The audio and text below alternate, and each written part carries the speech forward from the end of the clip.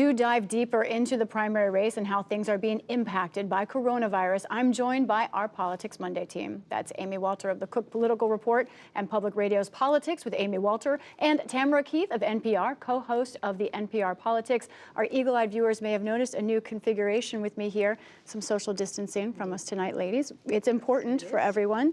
Let's start with tomorrow. As we reported earlier, 4 states were supposed to vote tomorrow. Let's look at the map for which ones those are. We're talking big states here tomorrow: Illinois, Ohio, Florida and Arizona. One of them, though, Ohio, will not be voting in person tomorrow. Without Ohio, 441 delegates at stake. There are other changes that will be in effect tomorrow as well in the states that are continuing to vote. Some of those include polling places closing in Maricopa, Arizona, due to the coronavirus, as well as dialing back, especially on polling places that are in senior living facilities. Amy, how do you reckon with the 2 risks we see right now? A risk to voters if they do vote, a risk to democracy if they don't. And also to poll workers. That's right. Many of whom are older who work these polls. Look, I think everybody's sort of taking this as a moment-by-moment experience. So obviously some states felt like they did not feel comfortable holding a primary knowing that the public health was not being protected. But then I think we step back a moment and we say, thinking about the Democratic primary, what's going to happen tomorrow, what should happen going forward.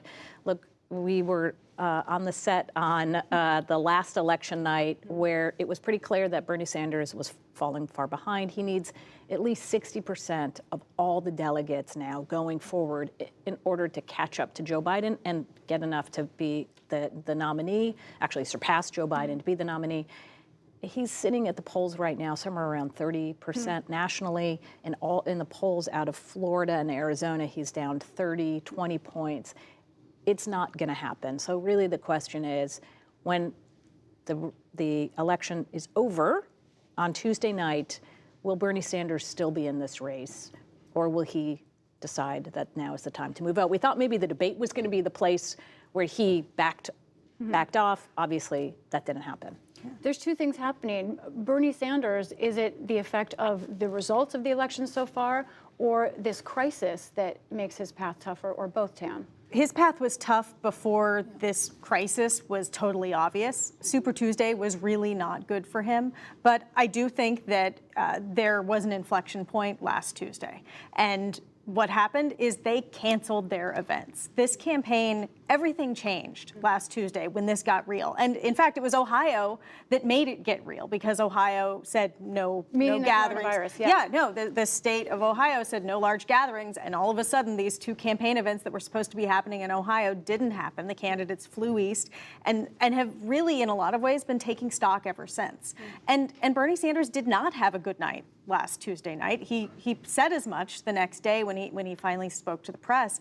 I mean, I think that, when we look back on this primary, a generation from now, we'll probably forget about Super Tuesday, and we might forget about a lot of other things, but we're going to remember coronavirus and how, in some ways, this primary is now locked in amber. The governor of Ohio today said he was postponing the election to June, but admitted that he thought September would have been a better date, but picked June because of the nominating process. Right. The conventions are in July and August. Is there talk about what happens if we can't have the conventions? There's not been public talk, but clearly these are the things that campaigns and the people who run these conventions think about all the time, what to do in case of an emergency. There are processes in place. I also want to point out that there are other campaigns that are happening now, too. People are running for Congress, for state legislature, for the Senate, and their campaigns have also been locked in amber, as Tam said. You can't do big fundraising, in-person fundraising event. Obviously not door-to-door. Getting your volunteers together to, put mailers out to your constituents.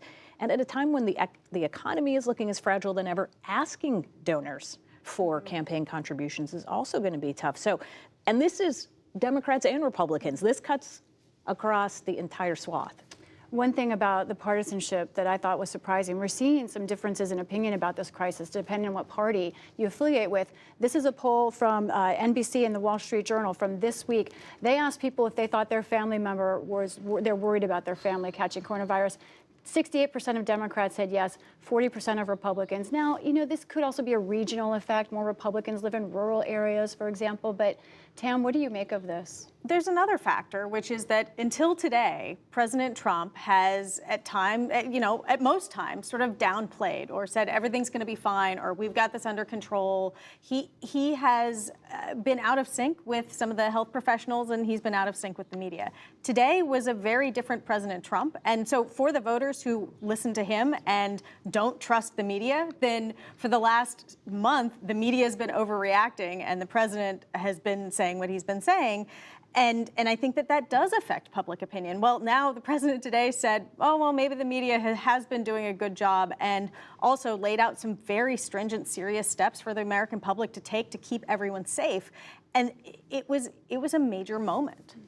Yeah, I think that's exactly right. Let's watch and see now that the president has taken a different tone what those numbers look like in a week.